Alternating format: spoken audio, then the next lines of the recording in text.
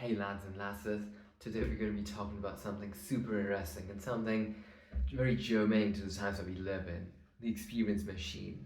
A thought experiment composed by the philosopher Robert Nozick, and ought to muse upon the nature of reality and the nature of happiness and its relationship to the realities that we inhabit, and ought to refute a notion that is becoming ever more prevalent, that pleasure is the only good, and anything that is not pleasure is not worthwhile, is not good. And yeah, before we jump into all the implications of this thought experiment, let's just start off with the definition. What is a thought? What is the experience machine? The experience machine is a device in which you can plug yourself into and also experience the best version of reality, your version of perfection. Imagine all the states that you would want to inhabit, your mental states, emotional states. Imagine all the thoughts that you would want to have, the perfect self. Imagine the perfect self and the perfect life. All the thoughts, all the feelings, all the experiences, all the people in your life, all the places. Imagine all of them how, imagine someone being burrowing into your brain and creating a world based on what that picture is. That, in essence, is the experience machine. Imagine for someone it might be living in a constant state of ecstasy or euphoria.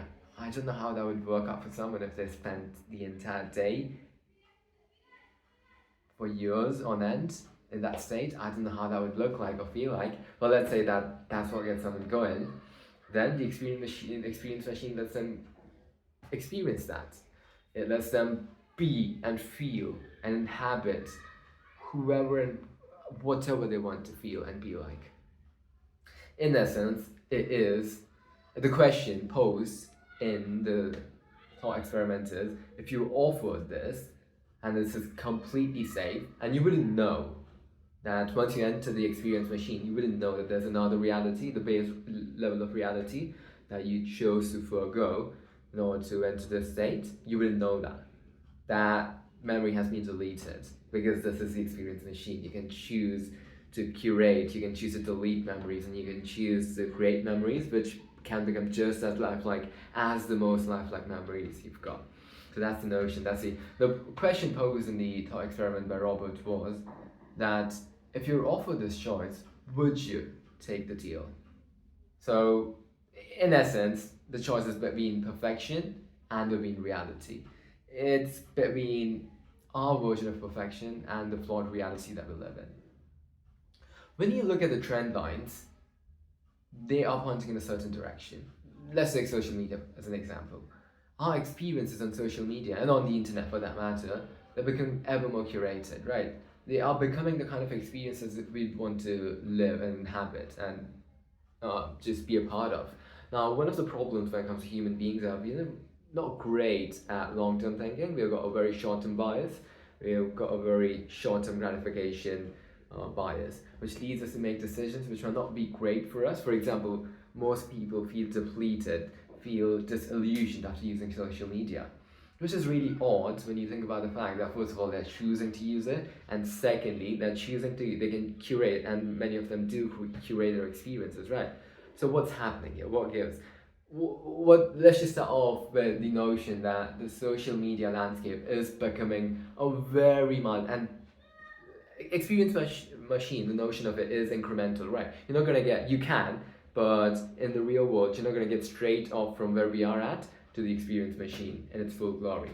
You are going to have incremental steps. So the first step, you can argue that there were other steps before this, like TV, for example. The social media is always one of the most powerful steps. The next step is going to be the most powerful. It's not going to be comparable to anything that's been before then, which is VR. We're going to get to that in a second. Let's just focus on social media for a moment.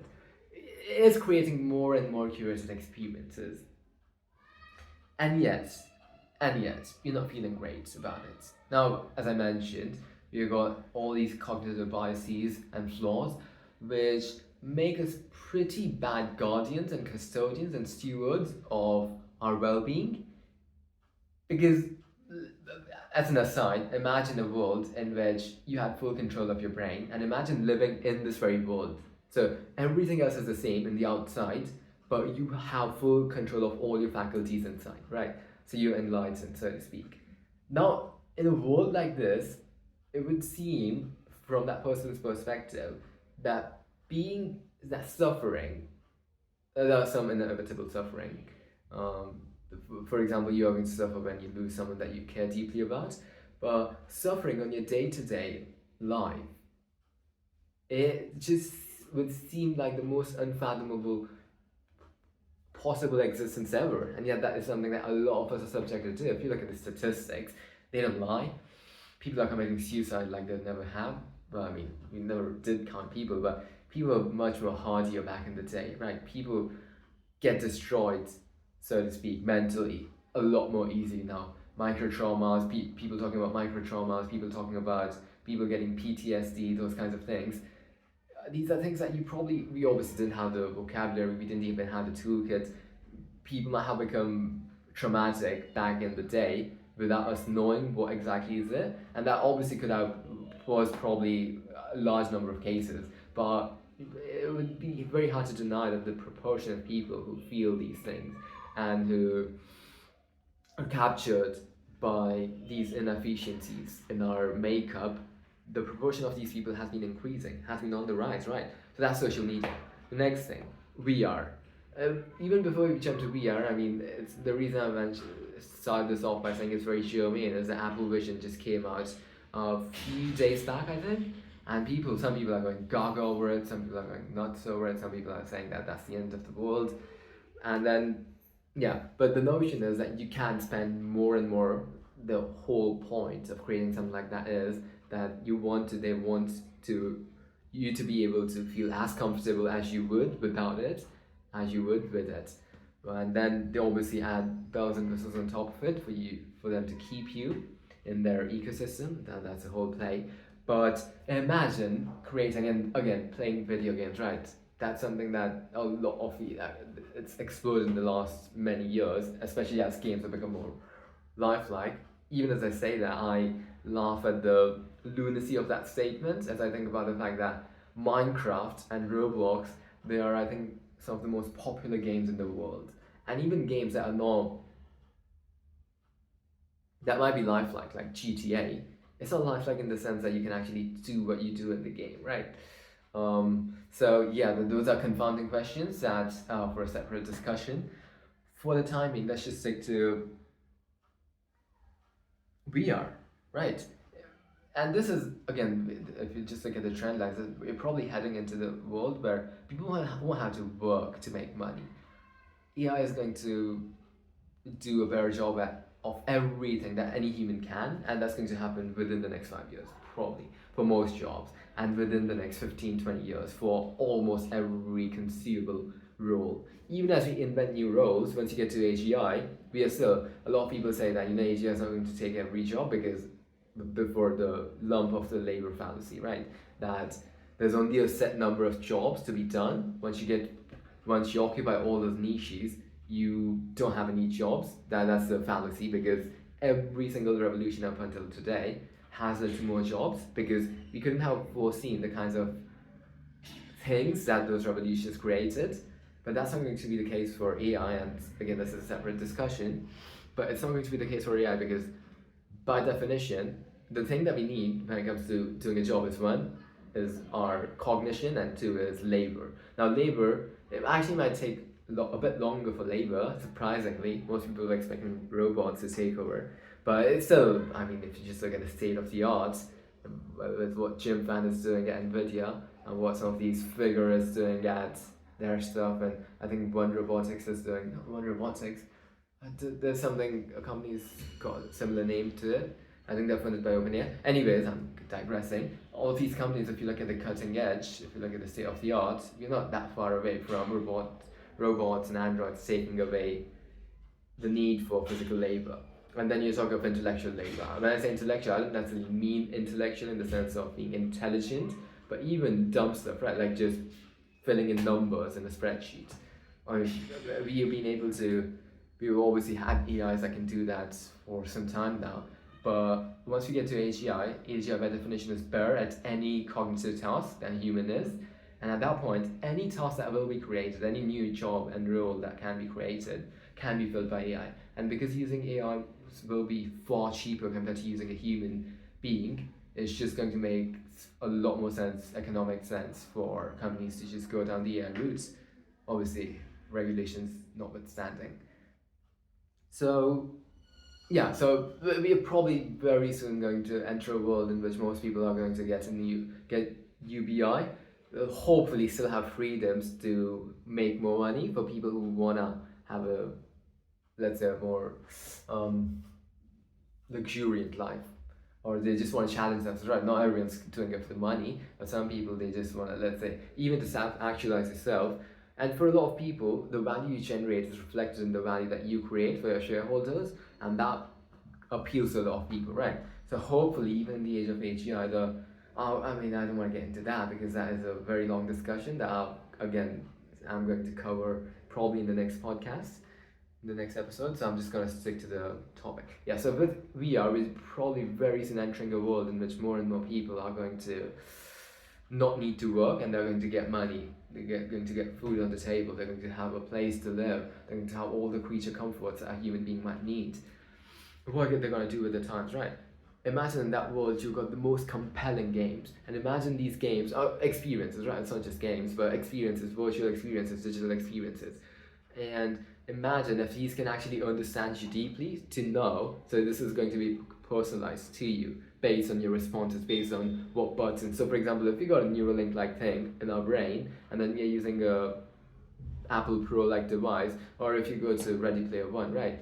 Like that kind of a device, Neuralink can actually in real time identify your response to different stimuli, and then based on your responses to the kinds of stimuli that you see, it can then calibrate your experience. It can work with that company, Apple Provision, or with the digital experiences provider, right? So games or what kind of digital experiences, and then we can create an experience which hits the spots even more as time goes on, hits the spots, literally. Because what is hitting the spot? Hitting the spot is there are certain areas in our brain which, when they light up, they just make us feel as good as gods. And yeah, if you can hit those spots externally, not by making yourself inhabit certain states. For example, that's a meditation, right? You can enter the state of bliss by meditating, but that is a very long and arduous process. It's not for the faint-hearted. You've got to spend a bunch of time, and you've got to have utmost devotion to the, I wouldn't say it's a craft, it's anything but you've got to have utmost devotion for the, and you've got to have utmost patience for it, right? Most people don't have it. But if you can short circuit that, and we can pretty soon, I mean, you can even now, but very soon the means to short circuit them will become much more easier, much more accessible. In that world, people are going to take the shortcut, right? People are people. People are people. What tautology. Right, so that's VR, right? People are going to spend more and more time in a world which resembles the experience machine. You're still gonna eat in the real world, you can still gonna do stuff.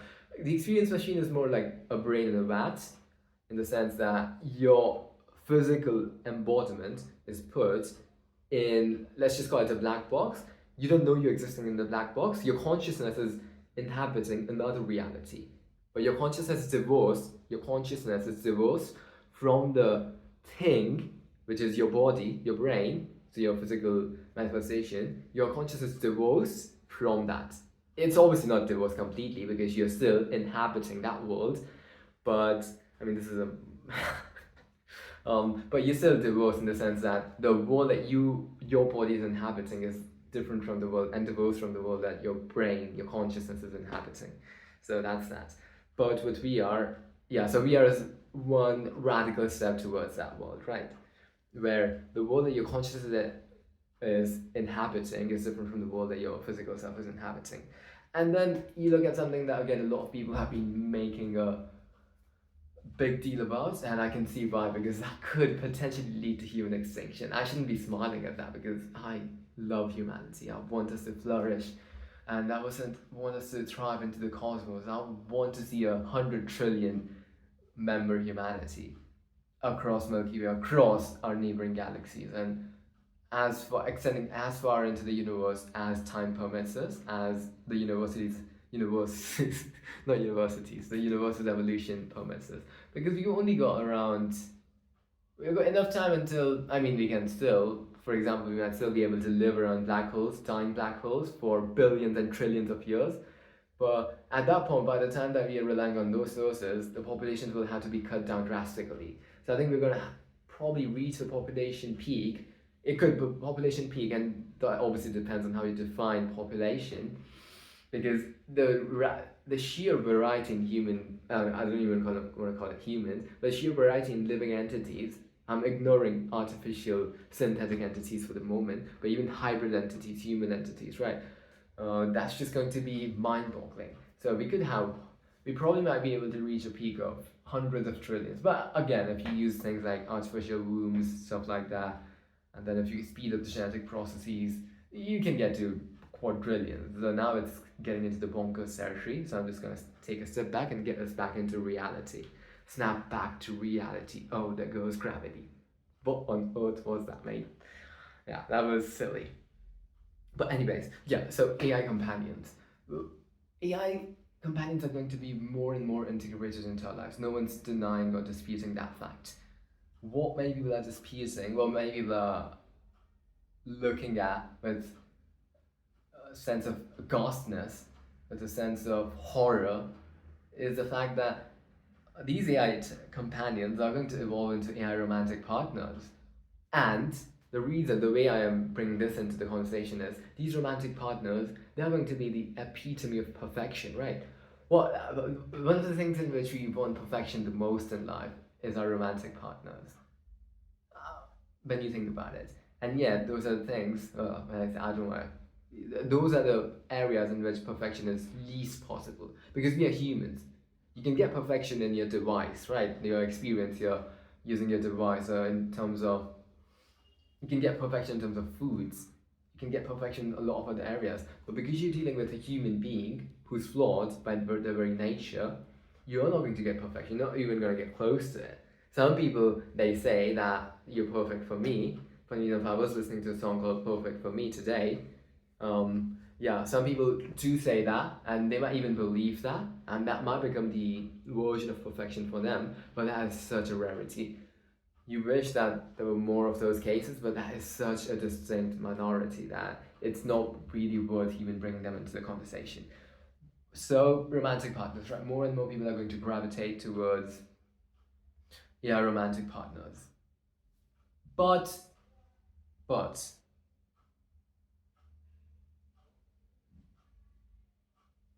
but, we also might, at least for the time being, because remember, we are Homo sapiens. We have evolved the way we have over millions of hundreds of thousands of years during this state, right?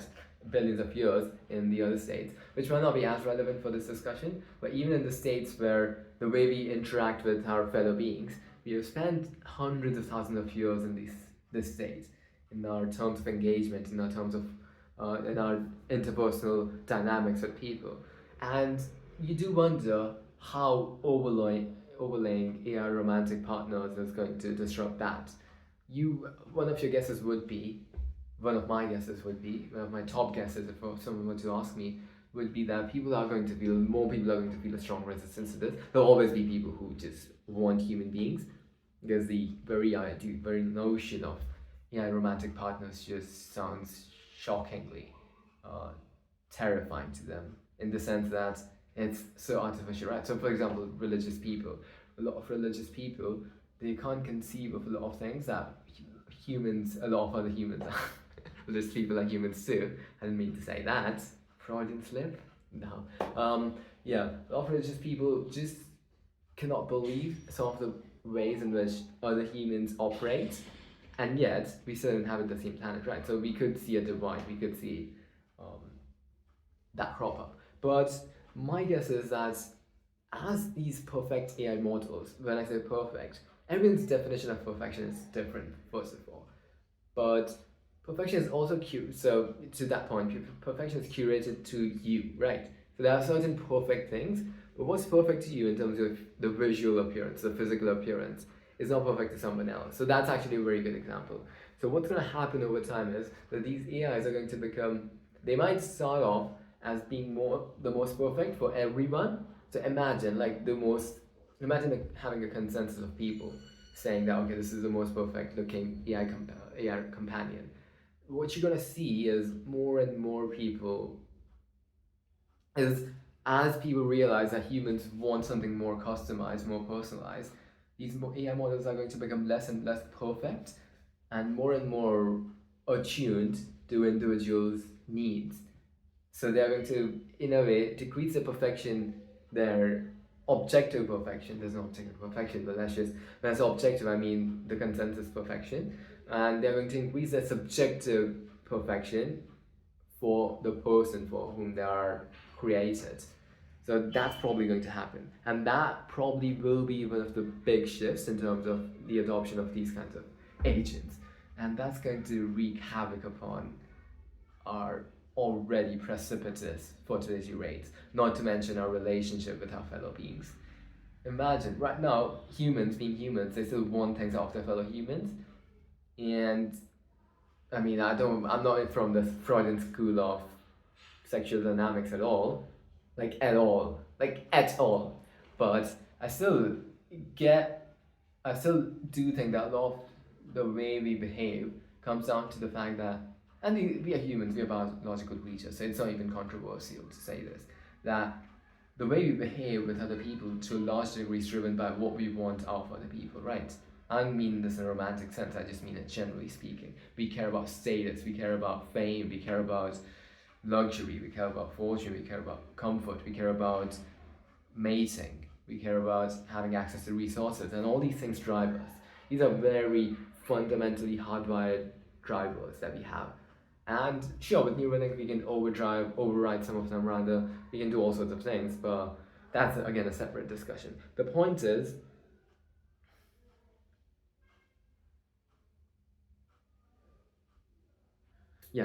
sorry about that. The point is that as we start entering that world in which more and more people are going to interact more and more, spend more and more of the time with AI agents and companions, we're going to lose more and more of our humanity. Okay, again, that's a separate discussion. Though it actually is not, because one of the threads of the experience machine is it just makes us more disconnected. It might make us more connected if our ideal, if our perfect world is us being more connected in your consciousness, that could be the case. But physically speaking, then that poses the question, right? Is there a way to make those two equivalent? Because at the end of the day, nothing matters, fundamentally speaking, right? So if what we care about is our neurochemistry, when it comes to just life, right, living in general, we care about meaning, we care about the sense of purpose, we care about serving the people in our lives, we care about doing good, right? But we don't care about these things because the universe says somewhere that you ought to do these things. We care about these things because the way we evolved, we tend to care about certain things. And these just happen to be those things, right? Now, so it puts us in a state which we care about, which we want to inhabit. But imagine creating that state without the output, without the inputs rather. Then the people of different schools of philosophy and ethics might have different things to say about this. Do I have anything interesting to say? I do, but I don't think that I want to get into this because this is again a very long-winded thread, and getting back to this point, which is what I want to stick to, is going to take some time. And because we're all 24 minutes, I don't want to keep this very long. Right, so that's that, right? That is that. So the point is, if you look at all these threads and trends, we are moving ever closer to a world in which the experience machine is is coming into reality. And we could very soon, in the next 20 years, inhabit these kinds of worlds, inhabit these kinds of machines. So let's just talk about some thoughts about this, right?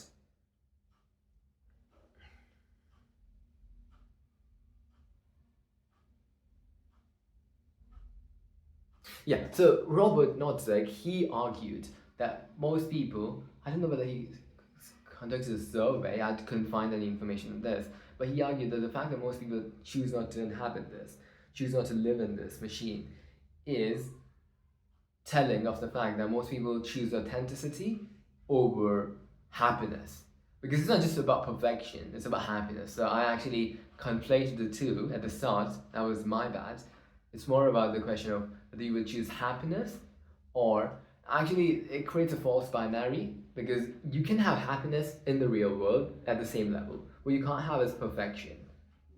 I mean, you can if you delude yourself, but would you? People who marry, they do tend to be the delusional kind, and a lot of people are happy enough to delude themselves. And to some degree, we all delude ourselves about something. Some people more, some people less. But delusion is a very common feature. It's not a bug; it's a feature. I mean, people who believe in God, right? They are deluding themselves. People who believe in effective accelerationism, they are deluding themselves, thinking that you know what, if we accelerate our technological trend lines, we are going to get to safety faster. Yeah, I'll call it the greatest delusion ever because it could be the last delusion ever. Anyways, so the flaw in his argument is that most people, when they ask about whether they would inhabit this machine, whether they would live in this state, but again, remember this: they're not conscious of the fact that they're inhabiting this machine. They would choose not to do this. The flaw in this argument is that they were never really put in a position where they actually had to make a choice, right? They never were because we didn't have the technology. We still don't to a large degree. But the question only becomes the results of the question posed to people only become real when the question is posed with the possibility being real, right? So when you actually have place a machine in front of someone and then ask them, that's when it becomes real because we also have a self-image, we also have an image in the minds of others that we want to maintain. And we want to be the kinds of people who, for all sorts of reasons, right? We want to have a bias for reality. We want to have a bias for the things in our lives. Because everyone knows that the people in their lives are not perfect, and yet we choose them. So people want to maintain that. And again, that's completely valid and that's a good thing. I think the problem might arise in the fact that because they have not been confronted with the actual possibility, I think at that point their decisions might veer to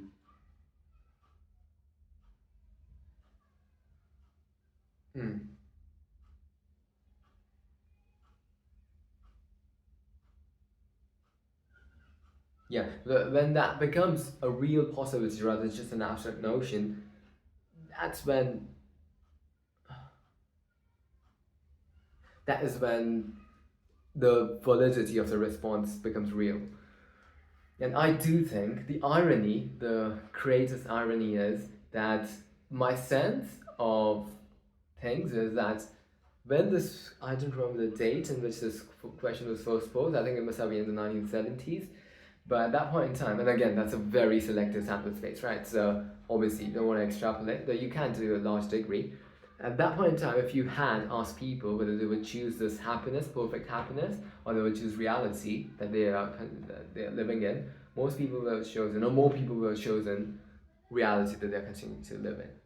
But my sense of things, when I place my hand on the barometer of humanity, because I've got a scale, I just need to tap into that and I know how humanity is feeling, and how humanity is breathing, and how humanity is thinking.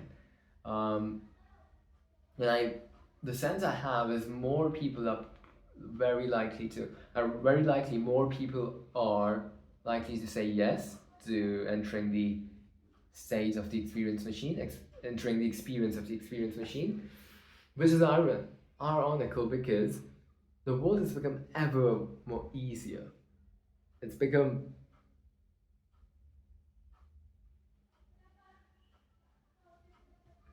the world has even less scope for suffering. The scope for suffering has been on the decrease ever since the Industrial Revolution, even before then, but it took a precipitous drop, the scope for suffering, around that time, and it's just been decreasing ever more since then. And when we cure death, the scope for suffering will decrease substantially even more, by an order of magnitude. And pretty soon, that's a pretty soon, I am obviously talking of geological timescales, not even geological, but human timescales. But so pretty soon it could be in the next 100 years, but which is pretty soon in human timescales. We could remove almost all sorts of suffering, right? What are the common sources of suffering? And again, let's just talk about suffering for a moment. Because what you're choosing when you choose this machine is you're choosing not to suffer anymore. And suffering is a very, very, I would almost call it fundamental part of the human experience. It is even more fundamental than happiness.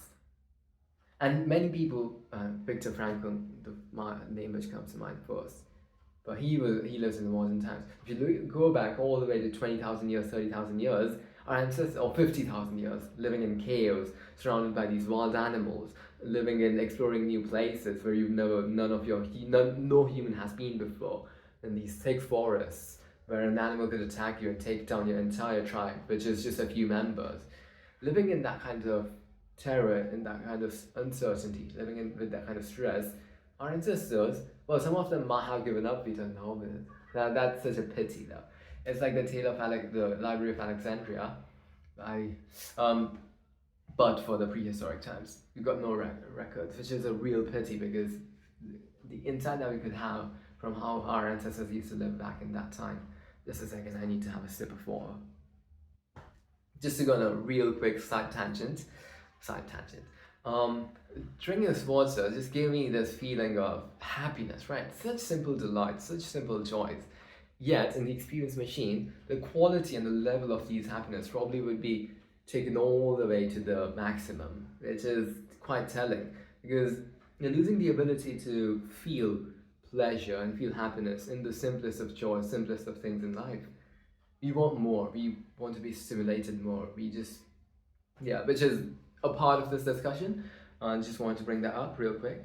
What were we talking about? Oh yeah, prehistoric times. Our ancestors, a lot of them probably might have given up, but a lot of them didn't. They suffered through it. Again, going back to what Hobbes said, and he, I think, wrote some books on how humans might have been living based on the evidence that we found back in those days. Human lives were short and brutish.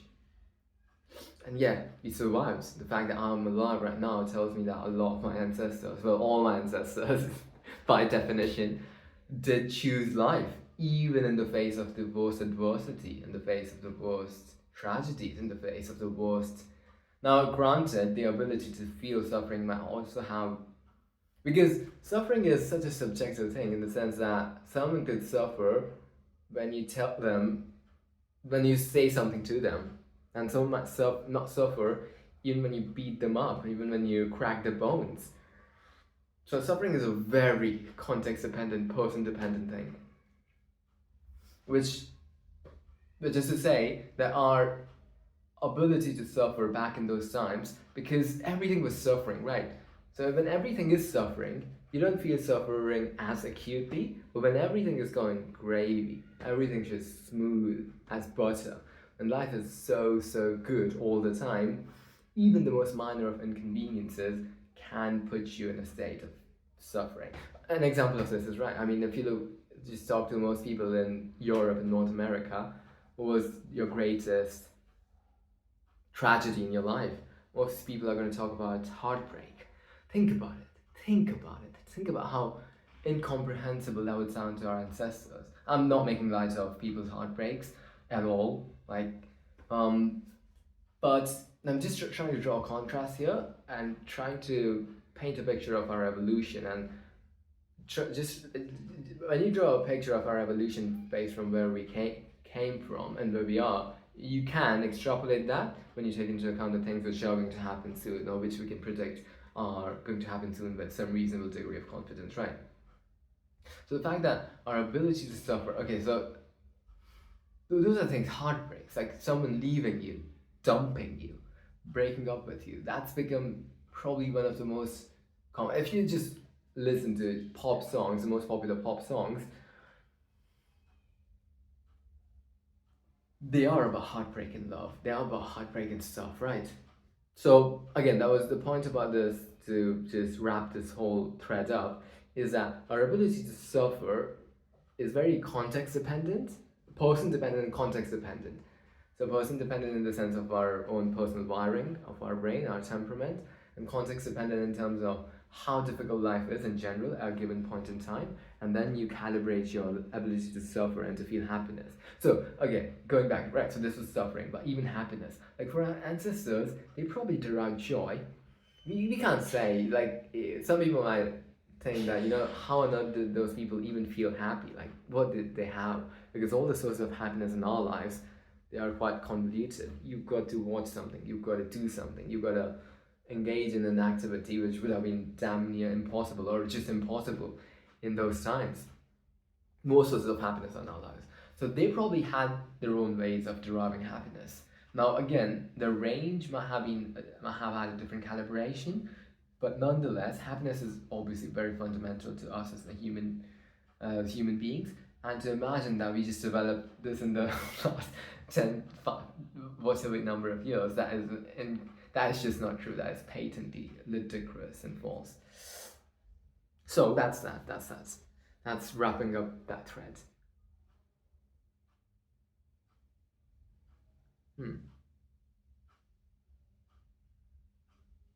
So going back to suffering, right? So suffering, I've got a few comments to make about suffering, right? A lot of people choose to suffer, actually suffer.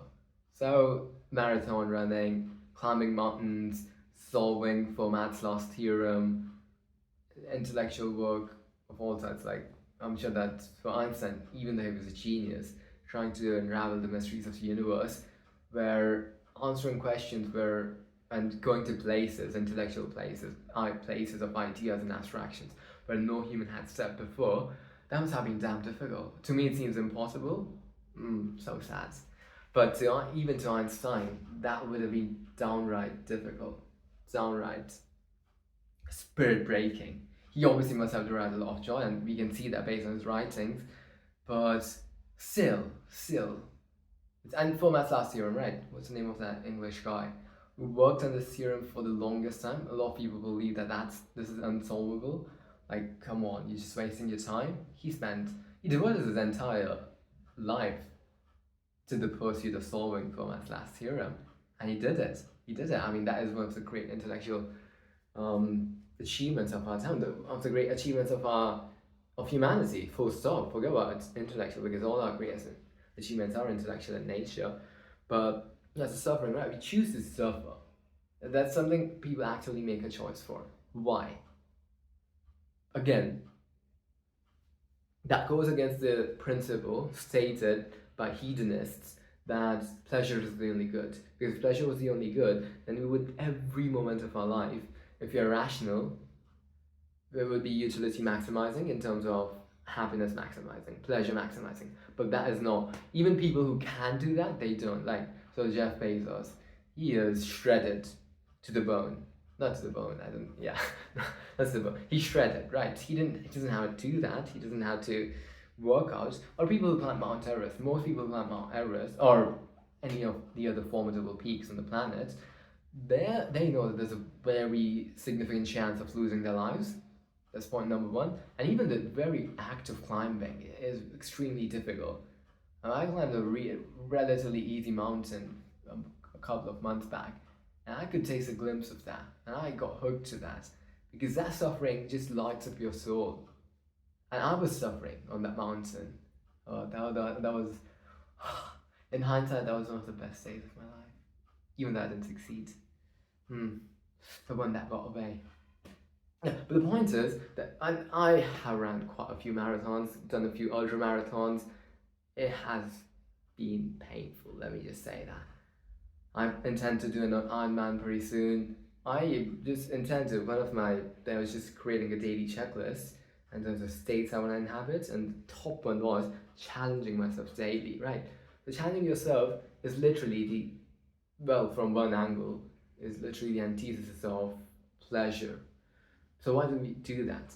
It's in the light of something, so reasons, right? Humans are complex creatures. First of all, it just refutes the point that, not like the reason that he even devised this composite experiment was you want to refute the point made by hedonists.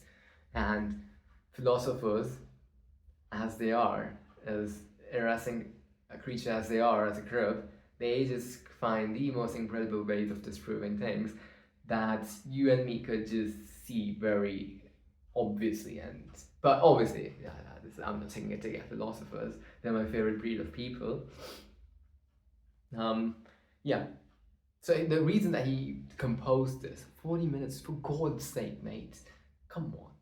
Let's wrap it up real quick. The reason that he composed this was to refute the premise that hedonists have, that humans are pleasure maximizing creatures because pleasure is the only good. Anything that is not pleasure is not good. So he wants to refute that, right? Which is great, but we also just need to look at the fact that we actively choose. People who don't have to do that actively choose artificial suffering. And that prepares us for, obviously there are loads of reasons, I don't want to go into them, but also helps us prepare for the inevitable difficulties that life brings to the fore. Now, one of the interesting suggestions made by people around this experiment was that, it actually, the reason people answer more that they don't want to enter this is because of the status quo bias, in the sense that your status quo is the real world as you inhabit, right? Even though you've been asked that once you enter the experience machine, you're not going to remember this, your current self still has that realization. And you, for the most part, are going to choose that. But if you can flip that version, the flip version would be that I, right now, in this moment, I'm told by a group of scientists who are running this, or just come to open my, knock on my door and tell me that, you know what, Suraj, you are living in the experience machine. Your experience reality, everything you've experienced up until now, all your memories, they are created in a simulated reality. And your actual self, physical self, lives in another reality. In that case, what would you choose, right? If you go back to your real reality, if you just shut this down, which is obviously incredibly difficult, because all the people in your life currently, you're deeply attached to them, and those are the people and the experiences and states and your current identities. Those are things that are, this is you as a self. Everything that is you is this, in the sense that your identity, your relationships, your states, your memories. So basically what they're saying is that all of that will be taken away. Now, I don't know whether that flipped version has the option of you keeping those memories and taking with you those memories to the real world. Like you can just remember those things along with the things. Or even the second question would be, in the real world, do you have any memories? Or were you just put in the state as soon as you were born? Just ignoring those two for a moment, the flip version is interesting in the sense that it obviously removes the status quo bias and then asks people the same question from a different perspective and makes more people say yes, that I would continue to live in this, right? But so that's an interesting flip version.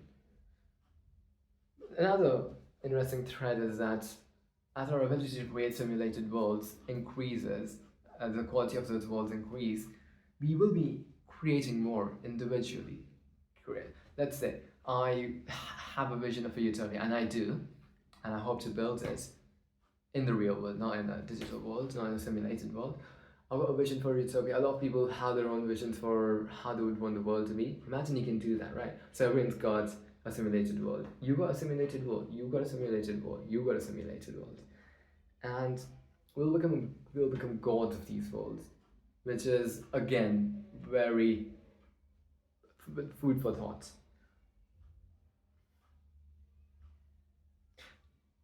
And another interesting thread is, I'm just picking random threads here. There's obviously, I could tie all of them together, and maybe I will at the end. Another interesting thread is, do we have an affinity or a bias for the real? And if so, what exactly is it? So to some degree, I think the bias could come from the fact that we also have a bias or a desire for free will. And now this desire itself could be an illusion, but that doesn't take away from the fact that we have a very strong desire to chart our own course. But in a world in which you live in your own artificially created world, or rather in your own experience machine world, you're not really, you're kind of pulling the strings, but you're also not, because the world has been created by a part of you. So everything's just, Everything's happening according to how you want it to be. But even in the world itself, everything is how you want it to be. So you're not resisting anything. In the real world, the reason free will is so appealing to us is that because we don't have complete free will in the sense that we don't control everything. If we were God, free will wouldn't be as interesting to us, or wouldn't be as, it would just take it for granted, right? Because it's like a part. It's as free will is as much of a feature of that thing as matter is or as energy is. But in a world in which free will, the capacity for free will is limited, as Nietzsche said and wrote about this extensively. He didn't write about this specifically, but he wrote around this. Um, he wrote about the need, the desire for will, for free will. And yeah, in the world in which our free will capacity is constrained, that's when free will becomes more alluring as an option. So that's again something to chew upon. What I'd love to see is, I don't think too many or any movie has been made, or any good movie at least, has been made on the notion of experience machine. And I'd love to see this because this just is brimming with such rich and pregnant potential. This notion of an experience machine, and more so than many other ideas, because this is becoming ever more real with each passing day. And we gotta have, at least with many other ideas, right? For example, with AI, we got these ridiculous ideas from movies like Terminator, movies like AI, movies like AI Rising, movies like I'm a Robot, all sorts of movies, right? But we don't really have a, well, most people don't really even have an experience of the experience machine, because most people get these kinds of ideas from pop culture, from mass media, from media, and media hasn't done it. I'm sure that there are more than a few books written on it. Books is obviously not as accessible to most people as these things are. Um, I think we have. There's a few more other things to talk about, but I think it's 47 minutes. I think we've talked about most of the things worth discussing. Yeah, in the end, I would just muse upon the fact that why do we've got to ask ourselves, why is our reality so much more alluring, and why do we want to prioritize that over a virtual world? Why do we care so much about our reality, and why should we? Why should we? That's an odd statement, that's a subjective statement, so that's something that everyone has to decide for themselves. But humanity itself, humanity's not going to make any collective decisions, that's not how it works. But you've got to individually and even on a collective level determine some of the implications of these technologies that we're building before we all decide to just live in these experience machines. And that sounds to me like the irony is that that is probably the most dystopian of all possible worlds, right? Where every human chooses to live in their own little bubble. Actually, when you think about the idea of the echo chamber, as we start this discussion with social media, right? We alluded to echo chambers. Echo chambers are like this. They're your own distorted versions of reality, but you don't make contact with the real reality. You make less and less contact with the real reality. A world in which experience machines become prevalent and everyone has an experience machine. Everyone's echo chamber is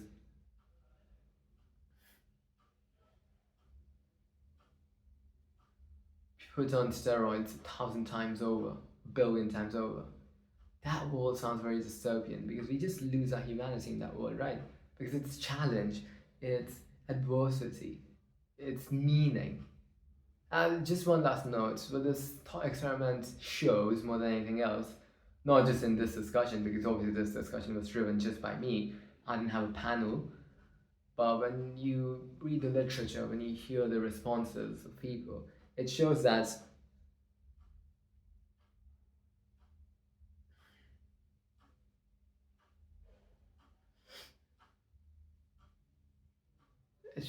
what we care about more than anything else, what we care about more than happiness, more than pleasure, is meaning. Meaning for something greater than ourselves. Than in a world in which everything's perfect and everything's just how we want it to be, for some reason, I don't see meaning coming easy. Which again, I mean, you could artificially create a sense of meaning, but at that point, you lose the essence of it. These are questions that humanity will have to grapple with and grapple with very soon and answer, not just grapple with, but answer them to a degree of utility that allows us to thrive and flourish. Because complete experience machines completely taking us over is almost as dystopian as us becoming, as AI is becoming our overlords. It's almost as dystopian. And I'll leave us with that thought. It was a pleasure. I'll see you next time. Bye bye.